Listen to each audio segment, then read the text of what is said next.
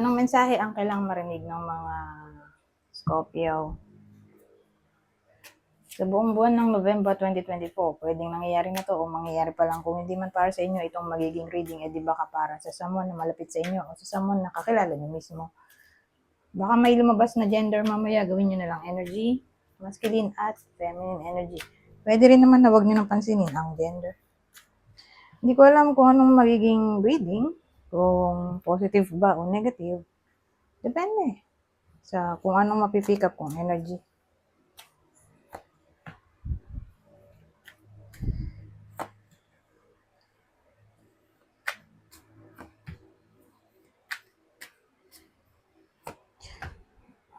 Ano to?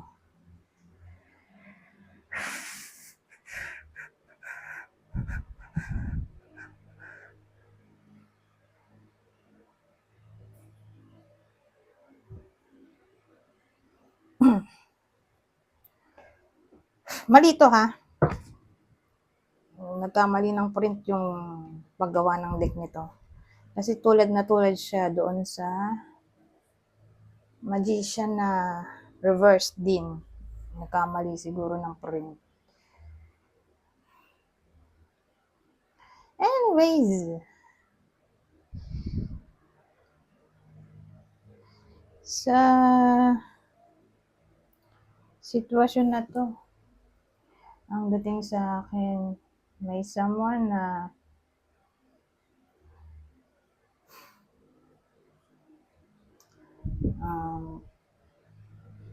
hindi makapag-isip.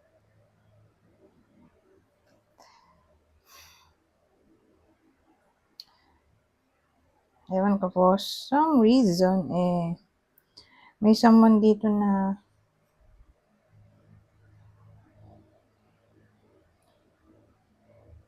gustong makipag-ayos. Okay? Kaya lang nga, confused. May someone na confused kung i-welcome back ba yung tao o wag na lang. Whether nangyayari na to o mangyayari pa lang. Pero ganun yung energy May gustong bumalik pero nag-aalinlangan yung isa kung patatawarin na ba to o hindi pa. Kasi ang reason kung bakit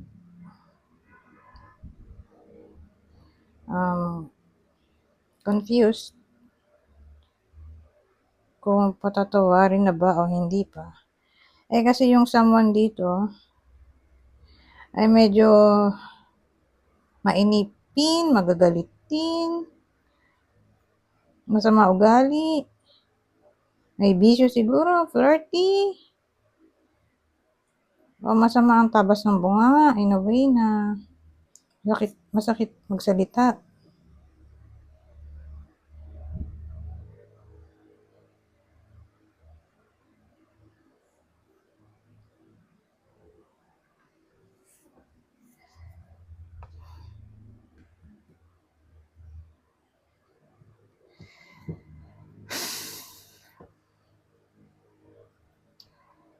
So, ganun yung energy o senaryo. Pwede rin naman na tinanggihan na ng iba sa inyo itong taong to, kaya lang balik ng balik.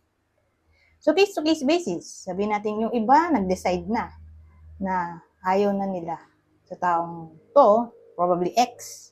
Kaya lang balik ng balik. Kinukulit yung iba sa inyo. O undecided. Confused pa, hindi pa makapag-desisyon kung i-welcome back o magiging sila ulit o patatawarin na ba.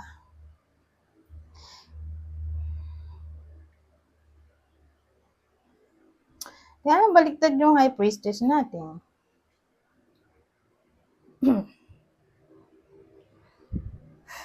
So, pag bumaliktad yan, medyo alarming.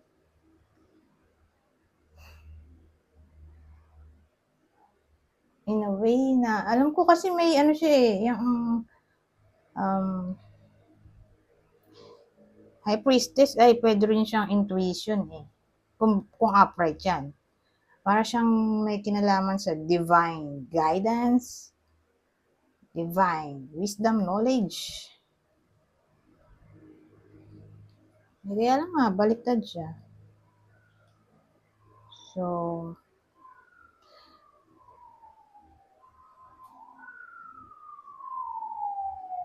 siguro nananaig ang logic kaysa sa, yun yung positive, nananaig yung logic kaysa sa intuition.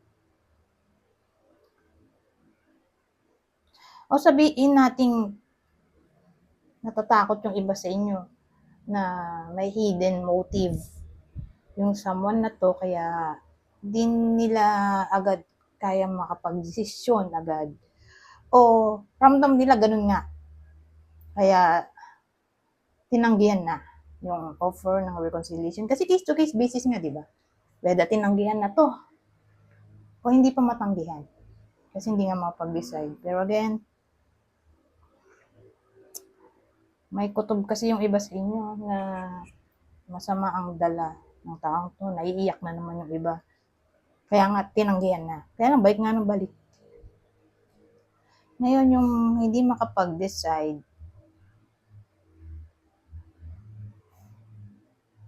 nagtatalo yung isip at puso niya. Although, alam niya sa sarili niya, may history ng something yung person na to na di maganda sa past. Pero at the same time, parang gusto niya, parang, kaya nga sabi ko nga, parang, confused yung tao dito. Hindi pa siya makapag-decide. Gusto niya na ayaw. Pero nandun yung doubt. Malaki ang chance. Kasi ano to eh, Two of Swords.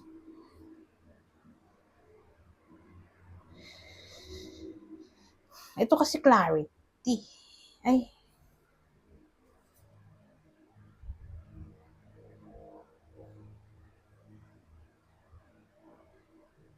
Ito yung decision. Kasi sa ibang card, decision daw to. Ito naman, indecision. Minsan nalilito rin ako. Pero doon ako sa indecision. Ito yung indecision, decision, intuition, logic.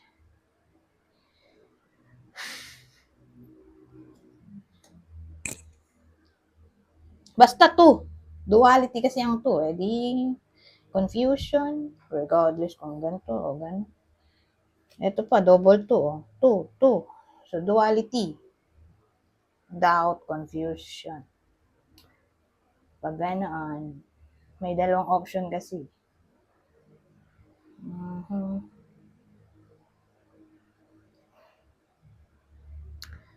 Saka ang alam ko, kapag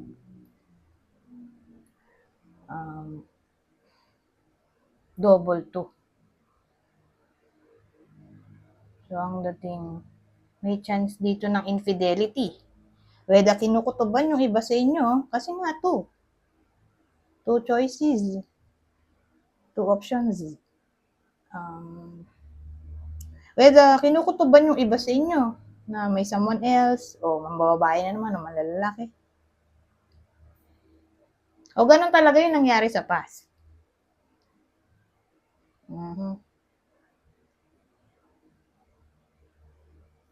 So, ganun. Whether nangyari na to sa past, tong infidelity, o kutob lang ng iba sa inyo na may hidden someone else, o nakikita ng iba sa inyo sa social media, mukhang may someone else, na para bang nakakakita ng red flags yung iba sa inyo.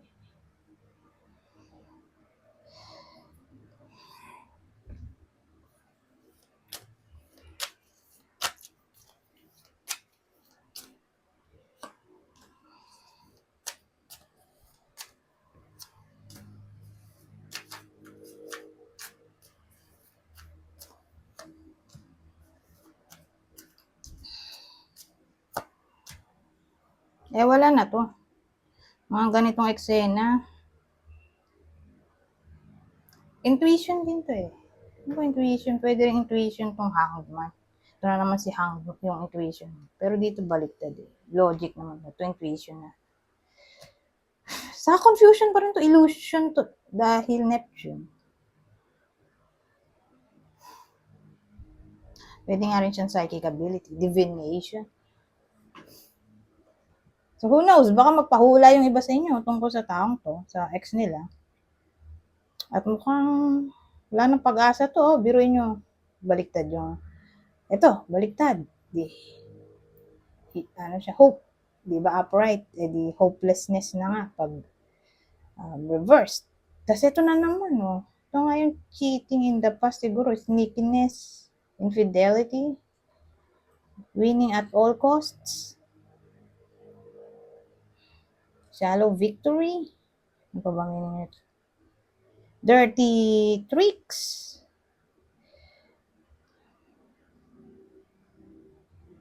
baka naman ano, ghosting. Pero ito talaga card ng masama ugali. Parang ganito eh, either nangyayari to o mangyayari pa lang, may magpapahula. Sasabihin ng manghula, wala nang pag-asa yan. Kasi ulit-ulit lang siya sa ginagawa niya. Hindi siya nagbago.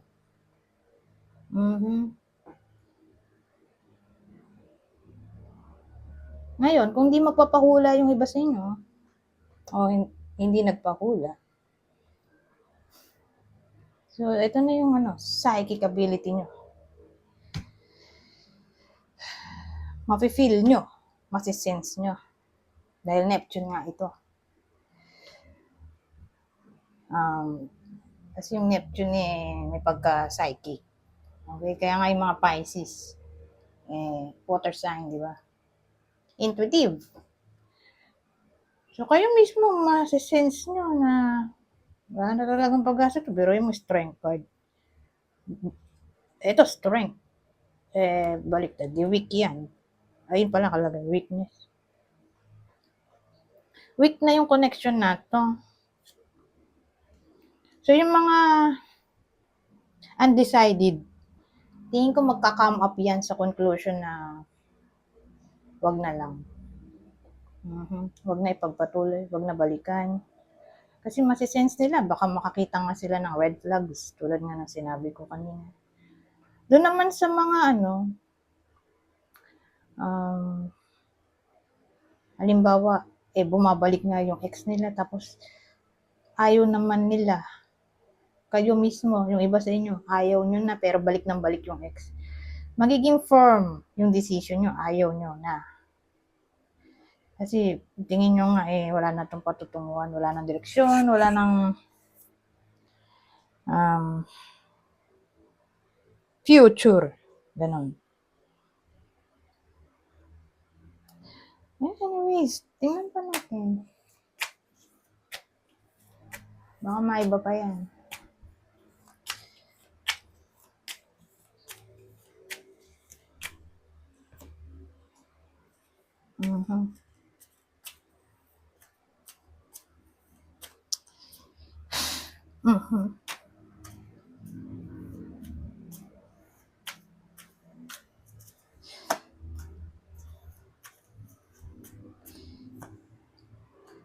Kasi, yung tower. Ang huli tower. Ano yun? Kasi ang mga bida pala dito, in a relationship na sa iba, silang pareho. Kaloka, oh. Pero yung lalaki nga, hindi siya masaya sa current relationship niya, kaya bumabalik siya sa ex. So, hindi ko alam kung sino kayo dito. Kayo ba yung babae o lalaki? Dalawa yung tao natin. Pero again, pare silang in a relationship na sa iba. O pwede rin namang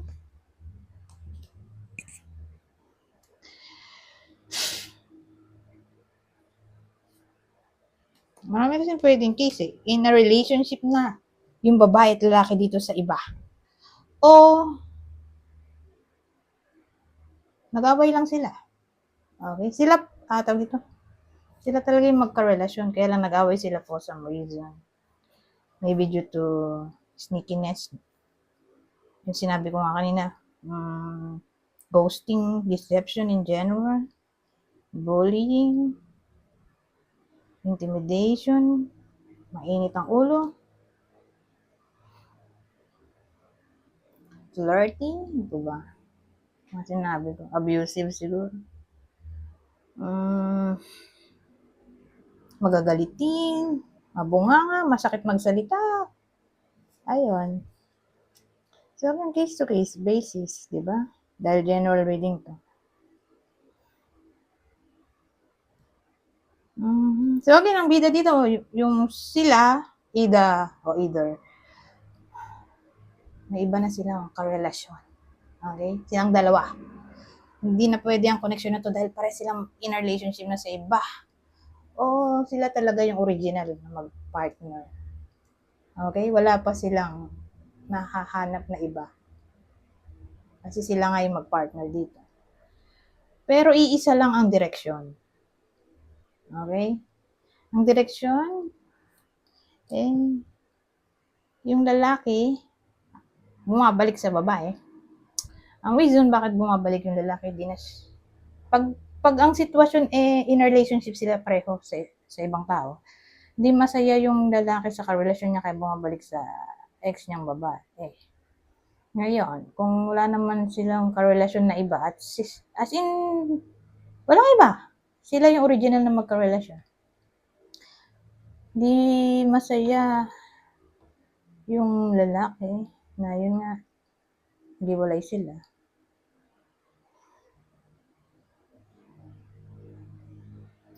Kaya bumabalik siya dito sa babae. Ngayon, ano tong Page of Swords? Tapos may Tower pa tayo. May sudden change na maaaring mangyari. Baka magko-communicate pa sila dahil card to ng communication eh. Yang Page of Swords. Right. Excuse me. So, maganda siya kung upright. Pero pag ganito, medyo negative. So, tingin ko mag-uusap pa sila. Yun siguro yung sudden change dito. Sudden communication. Ano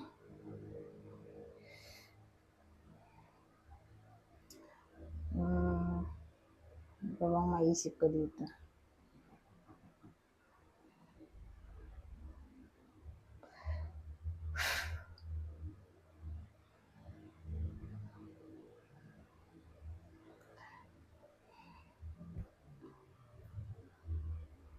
So, yun nga. Pwede pa silang mag-usap ulit. Baka November din. Okay? Tingin ko yung babae yung ayaw na dito sa lalaki. Yung lalaki yung may gusto pa sa babae. Pero kung dito November, sabihin natin, hindi siya pumalo ng November yung reconnection. Kailan kaya? Eto. Tayo ng cards ng time. Pero wait lang.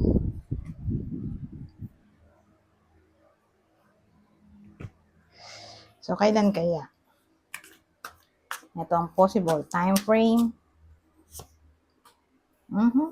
August daw. Baka August na ng isang taon. Tapos na eh. August 2024. October na ngayon. Baka sa isang taon. August 2025. O baka January 2025. O pwede rin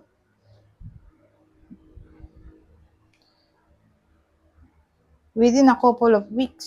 So, mga sabihin natin 3 months. Within 3 months from now, November to 3 months. November, December, January, February. Ayun. November, December, January, February. Ayan. So, sabihin natin August, January,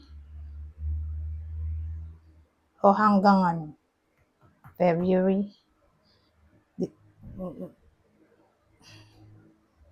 Kasi November pala to. Oo nga, November, December, January, February. Ayan. Basta 3 months. Within 3 months from now. Ngayon, kukuha tayo ng clue. Ibang clue dito. So, yung clue natin pwedeng tumama sa inyo o sa person nyo mismo. Kasi may senaryo yung pare silang in a relationship, yung babae at lalaki sa iba.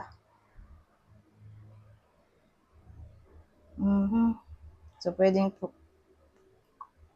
tumama sa inyo to sa person nyo, current person o ex. Yan. So, again, case-to-case basis, di ba? Dahil general reading naman. Kunin nyo na lang yung information na sa tingin nyo ay fit sa sitwasyon nyo. So, may average height tayo. Hindi ganun katangkad. Hindi rin maliit. Pag ganyan, average height, mga 5'5" siguro yan. Average. Kasi 6 feet matangkad na. Di ba? Bihira naman yung ganun.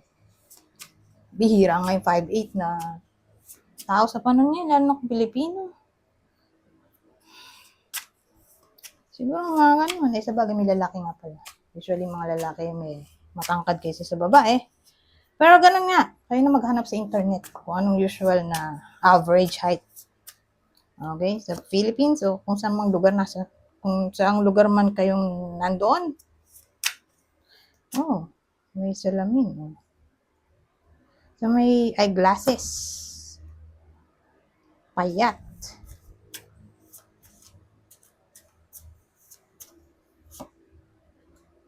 Hazel eyes. So, pag ganito, brown na brown yung mata, oh. Pwedeng, ganito talaga ang mata. Baka foreigner to. O, nagko-contact lens. Kasi, dati kasi, nagko-contact lens ako eh. Ganito kinukuha kong kulay. So, kung di nga to literal na kulay ng mata, edi contact lens. Magdadagdag pa ba tayo? Sige, magdagdag pa tayo. Dalawa na lang. Oh, lalaki. Oh, lalaki siguro lahat to.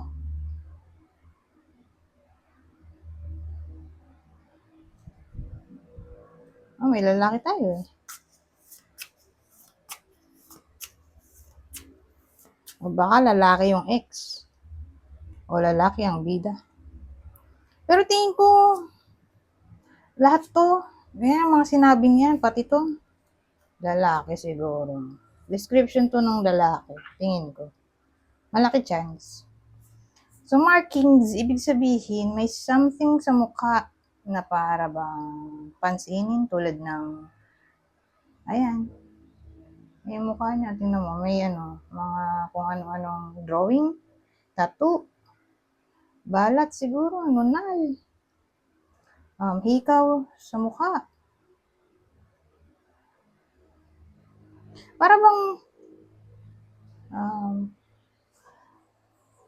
yun yung uniqueness niya sa ibang tao. Na para bang mapapansin mo agad. Yung markings. Kasi nga, kakaiba siya.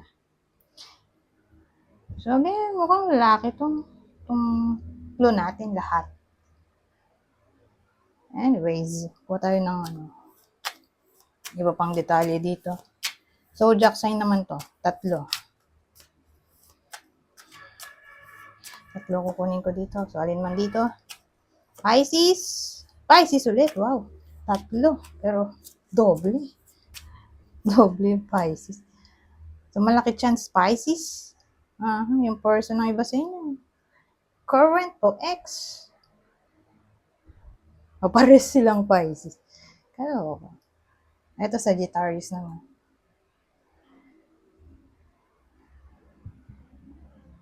Dito, kuha tayo ng ibang detalye. Babasahin ko na lang. Dahil mahaba na itong reading natin. Kuha lang ko ng 3. Madali naman itong intindihin dahil basic English lang. Self-limiting beliefs. Negative thoughts are creating a roadblock in your life. Boundaries. Know when to put up and let down your walls. At ang huli, wow, a new opportunity, insights gained from a new experience, job, o partner. Anyways, hanggang dito na lang. Goodbye. Po.